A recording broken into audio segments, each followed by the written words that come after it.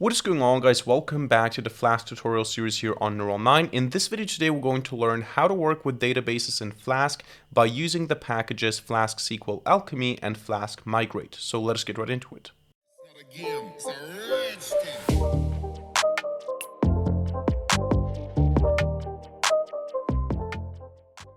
Alright, so we're going to learn how to work with databases in Flask in this video today. And for this, we're going to create a new project or application from scratch because we're going to slightly change the structure of the files and of the code because in this case here, since we're working with databases and with models, we have to avoid circular imports.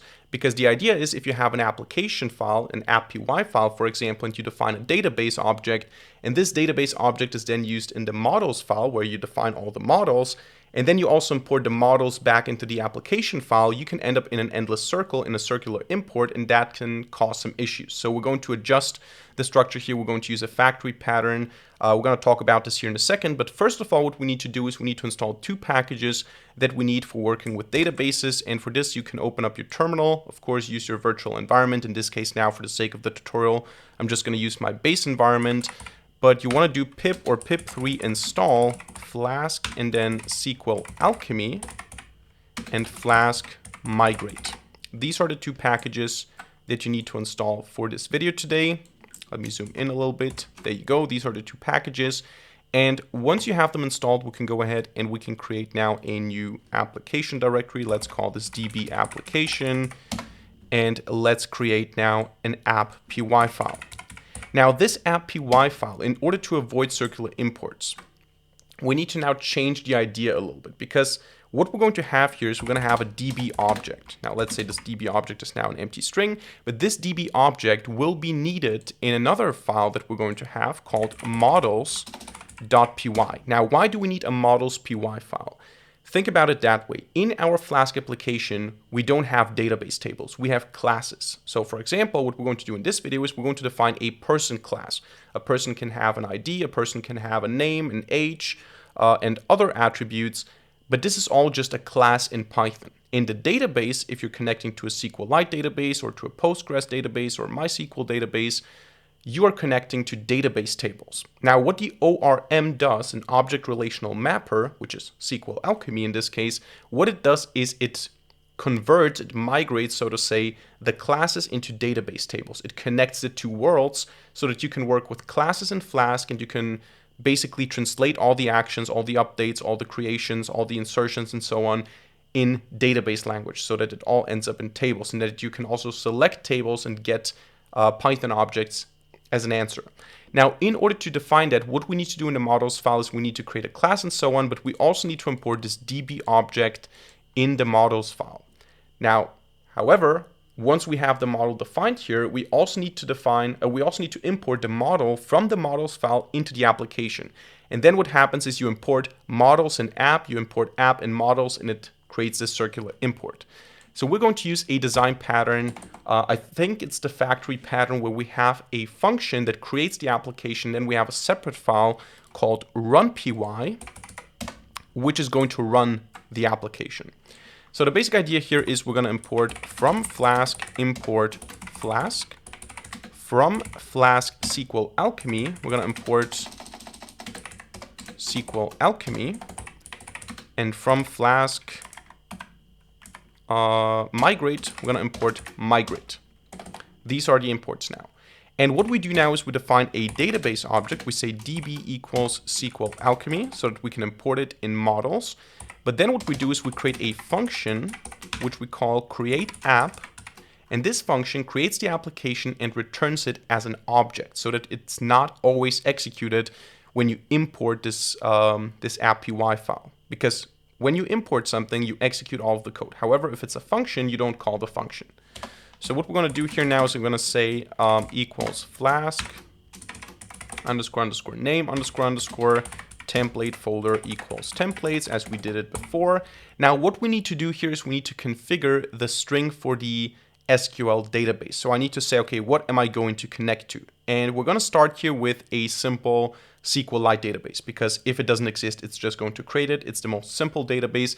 If you want to connect this to MySQL or Postgres, you can do that. I can show you how to do that with Postgres. I'm not going to go through the installation of Postgres and setting up Postgres. If you don't have Postgres already running, it's not going to work, but you can connect this to any type of database. So you can say here app.config, and then you have to say SQLAlchemy underscore database underscore URI is equal to, and then you need this string. And in the case of a SQLite database, you can use it out of the box already.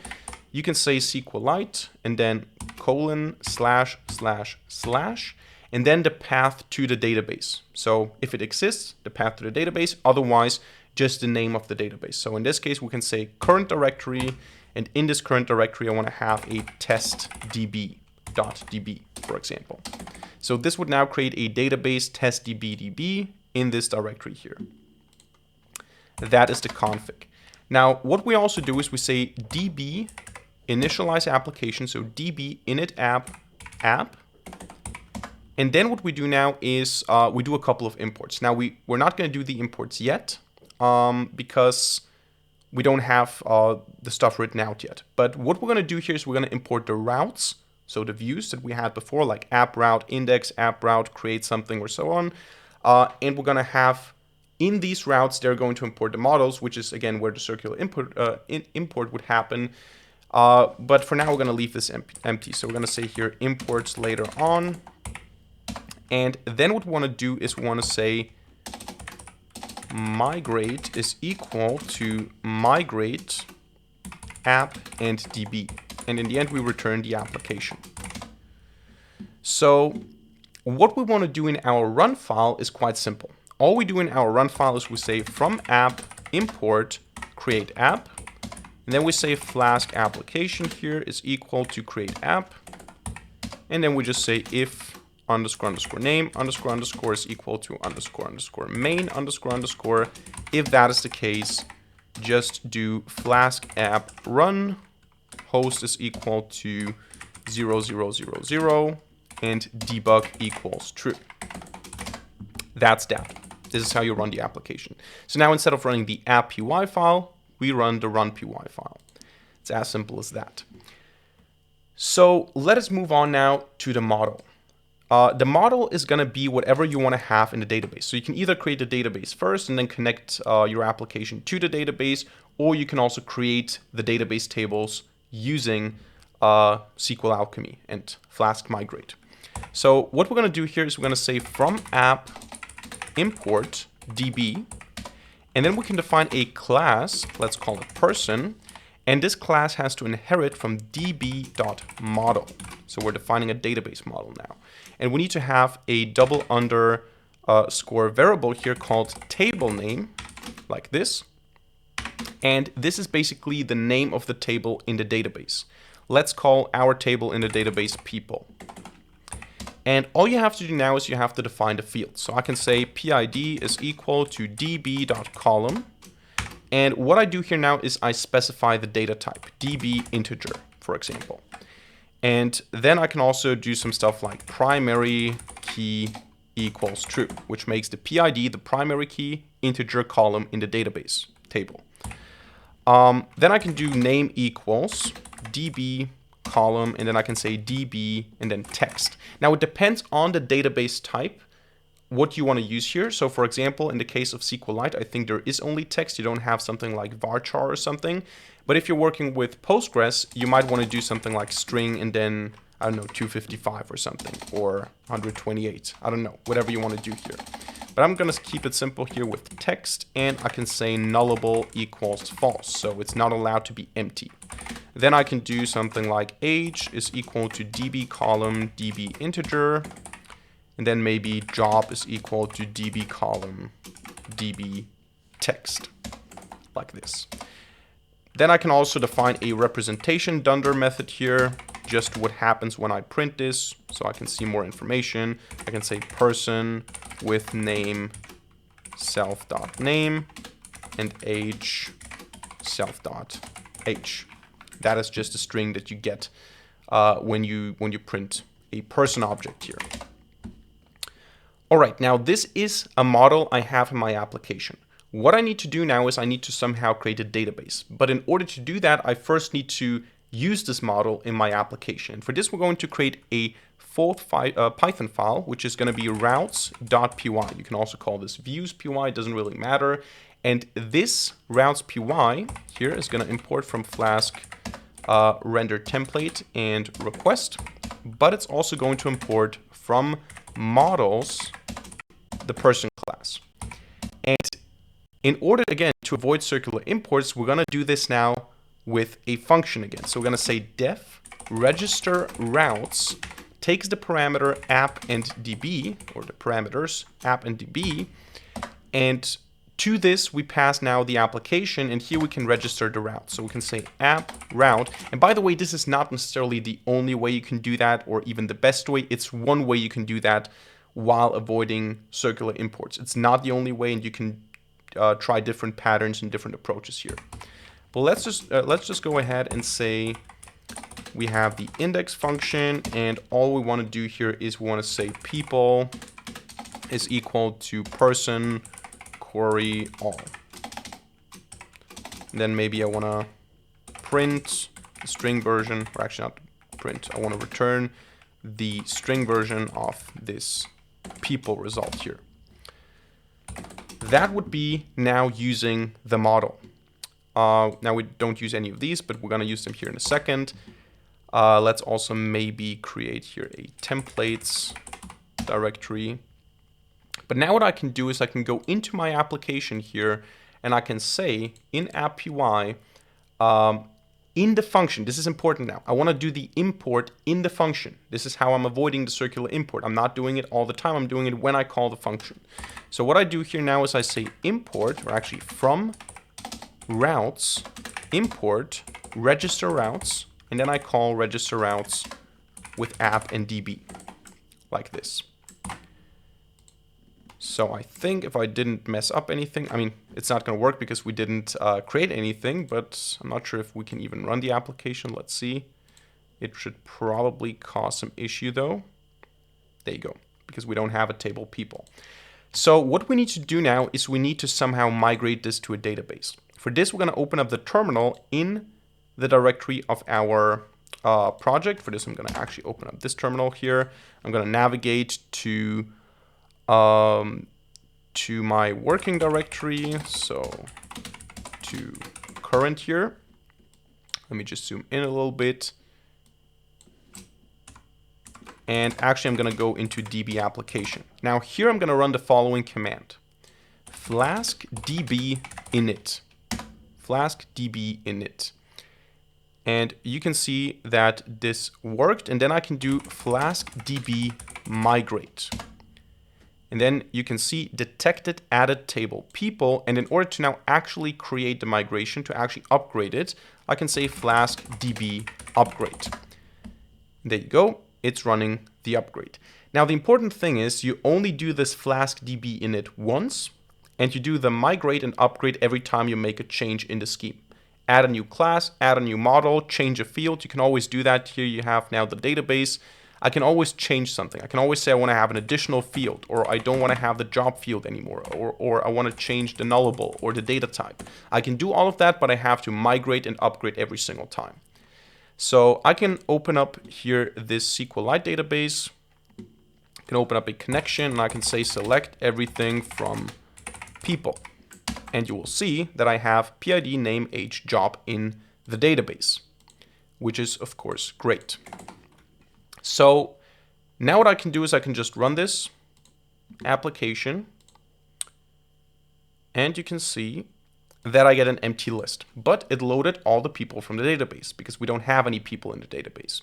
Now what I can do is I can open up again the connection here, and I can say insert into people, and I can specify the field's name, age, for example, values, and I can say I want to have Mike being 25 years old and maybe Bob being 30 years old. Then I can run this, and then I can say select everything from people again. You can then see I have these entries in the database, and now I can again go run my application. Actually, it was running already. I can open it up, and you can see I have these two people loaded from the database into Flask, mapped into a class. Now I have the objects that I can work with. That's the most simple way to do that. So you have, again, a run file, you have an app file where you have a function that creates the application, just in order to avoid circular imports here, because routes, think about it, routes imports models. Models imports from app, imports DB from app, and app itself, again, imports routes. Routes imports models, models app, and so on. If we don't do this in a function here, it's going to cause issues. So that's the basic idea. What we're going to do now in this video is we're going to define, or we're not going to define, we're going to create a base template again. We're going to create an index, and we're going to create a details page where we can actually create users, or create people, delete people, and also show more details about the people. So we're going to say here base HTML, and we're going to have the same layout that we had before. So for the title, we're going to have here a block, which is going to be the title block,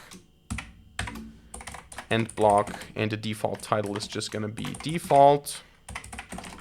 And then here we're going to have a block content, and we're going to end the block. Yeah, that's basically it. Now for the index, what we're going to do is we're going to have index HTML. The index HTML is going to extend this template, extends base.html, and we're going to fill, first of all, the block title with the value index, and we're going to have also the block content, and in here we're going to put our content, which is going to be a heading, index page, and then we can have, we can list all the people from the database. So we can say, give me an unordered list, and I want to do for person in people, and I want to have a list item here, and this list item will be just the person. And of course, for this to work, I need to pass, first of all, I need to render the HTML, render template, index.html, and I need to pass people, come on, I need to pass people equals to people.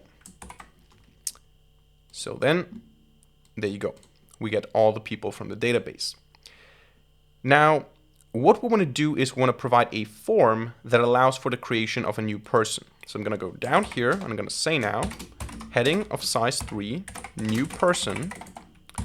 I'm going to create a form. I'm going to say that the action of the form is going to go to URL for index HTML. And we're going to have a post request. So we're going to say method equals post, like this. And of course, for this, we need to adjust the route to also accept post. So methods is going to be equal to get and post. This is all stuff we already covered, nothing new. And we're going to go ahead now and say we're going to have the following fields: input type text, which is going to be the name. Placeholder is also going to be name, and it's going to be required, like this.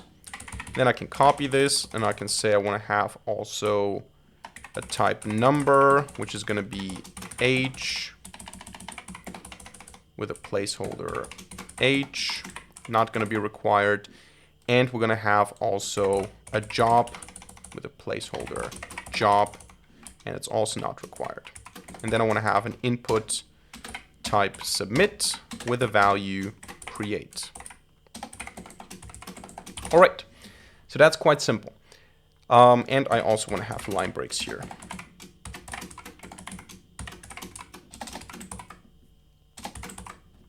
There you go.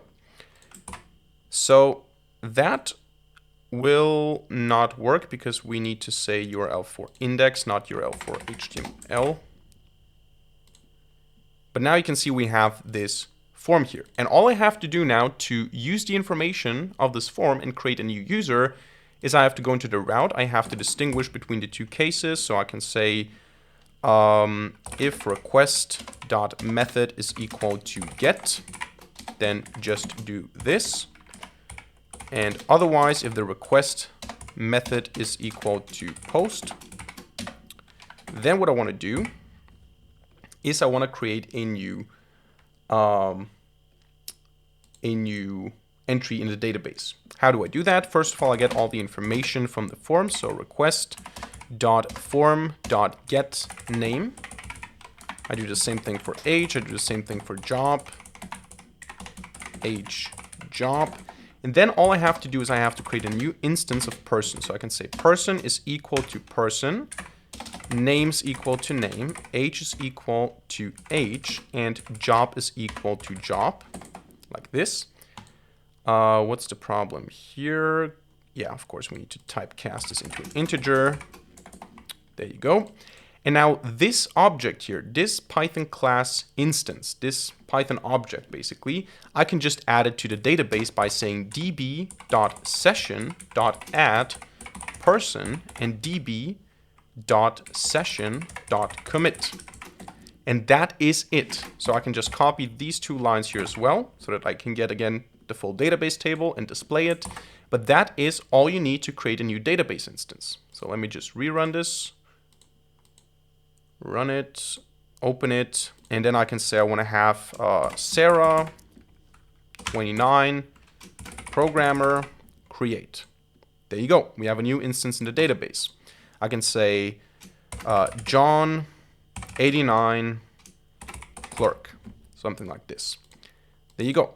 I can create now new instances, which are also, of course, in the database. They're not just in my Flask application, so I can actually select from people. And you can see that they're part of the database.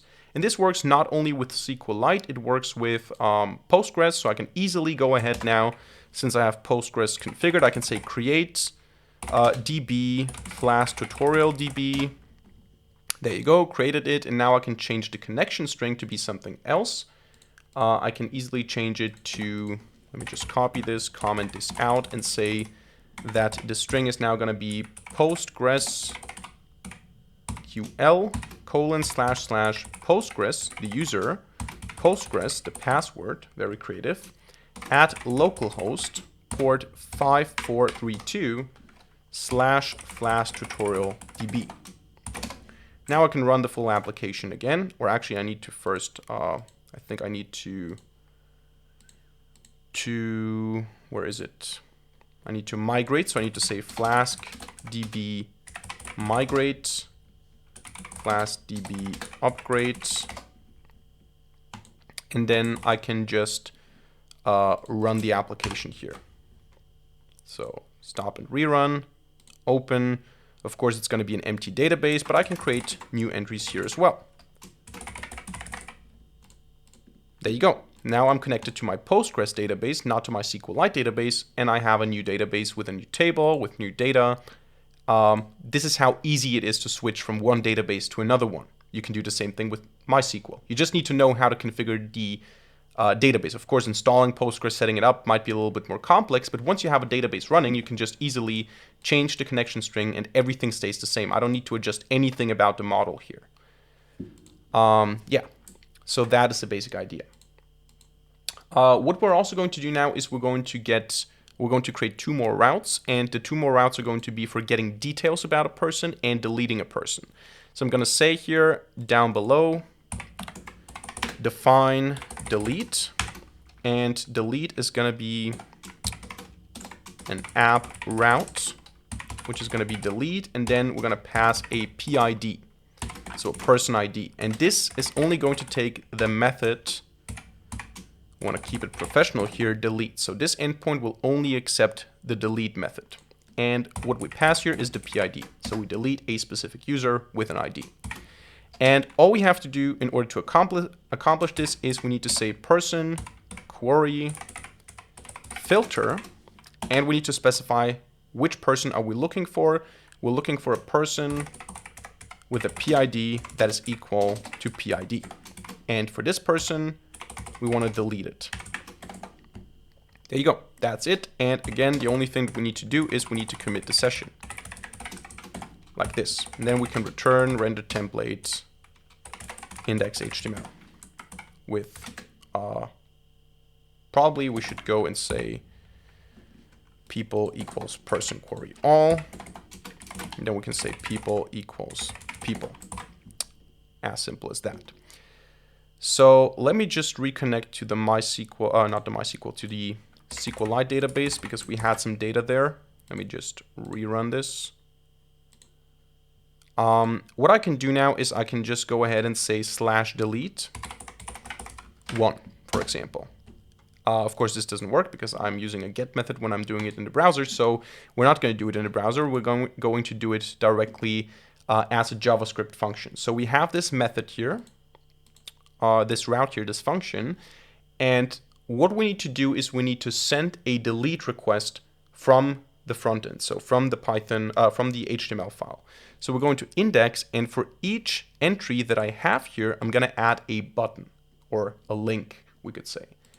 And this button or link, I'm actually going to do it, I'm going to make it a button.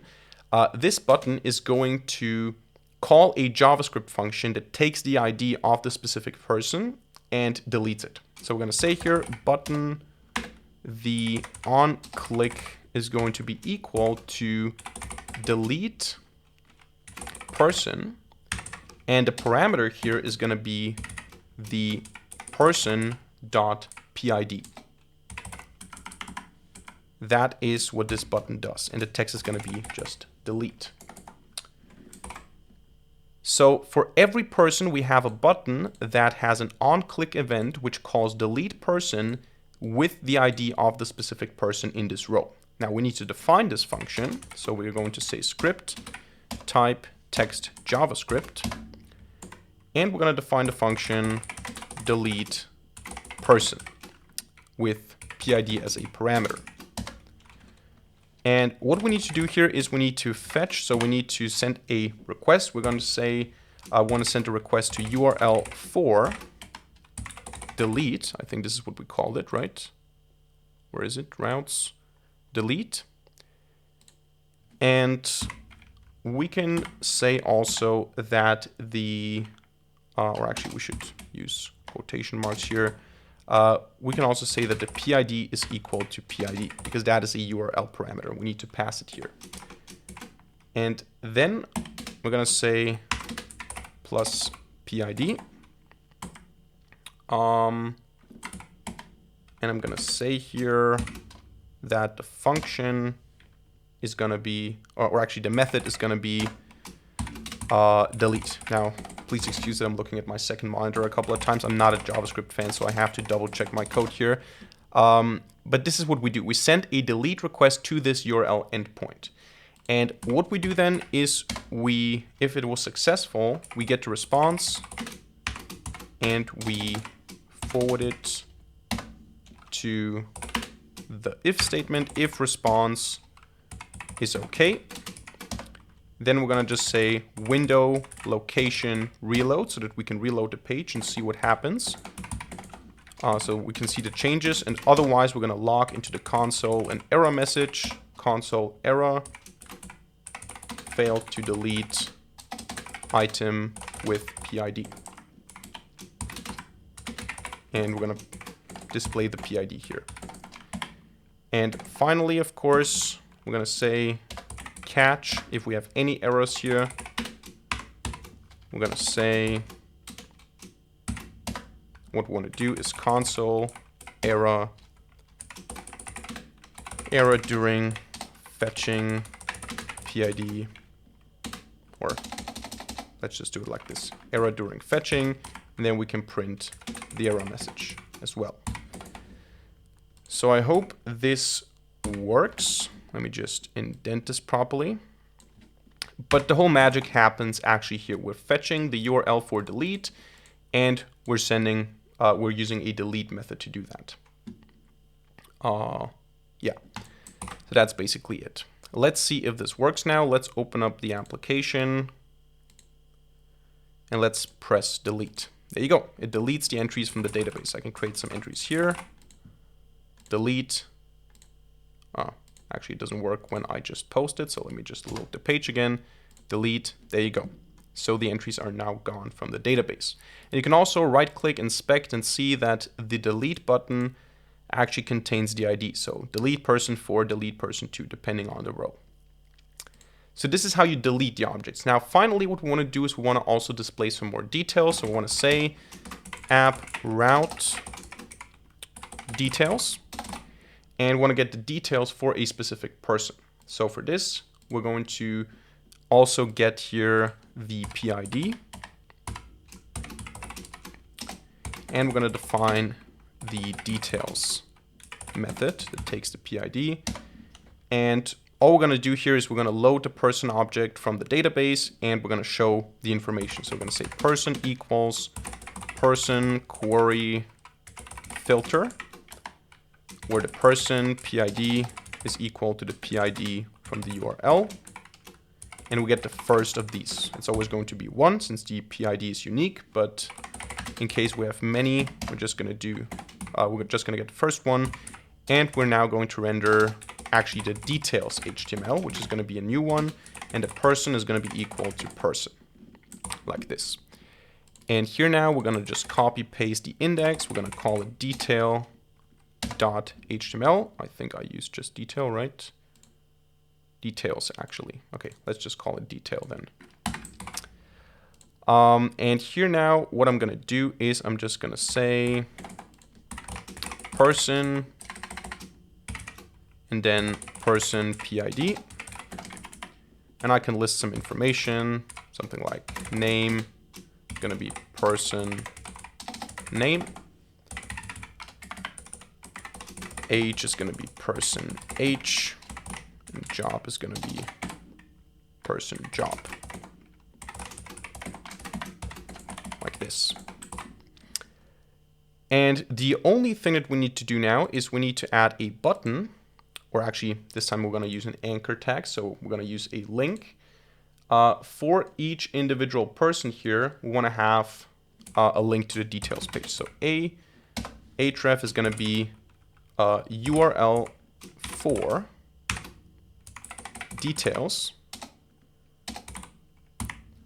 and the PID is going to be equal to person person.pid, like this.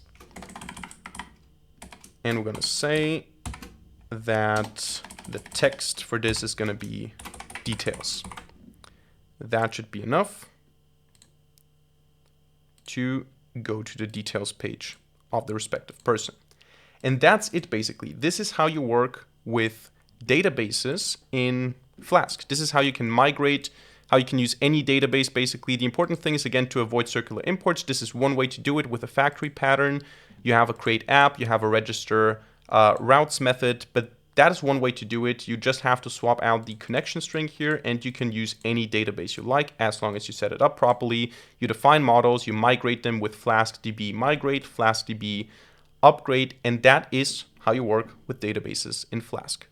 So that's it for today's video. I hope you enjoyed it and hope you learned something. If so, let me know by hitting the like button and leaving a comment in the comment section down below. And of course, don't forget to subscribe to this channel and hit the notification bell to not miss a single future video for free. Other than that, thank you much for watching. See you in the next video, and bye.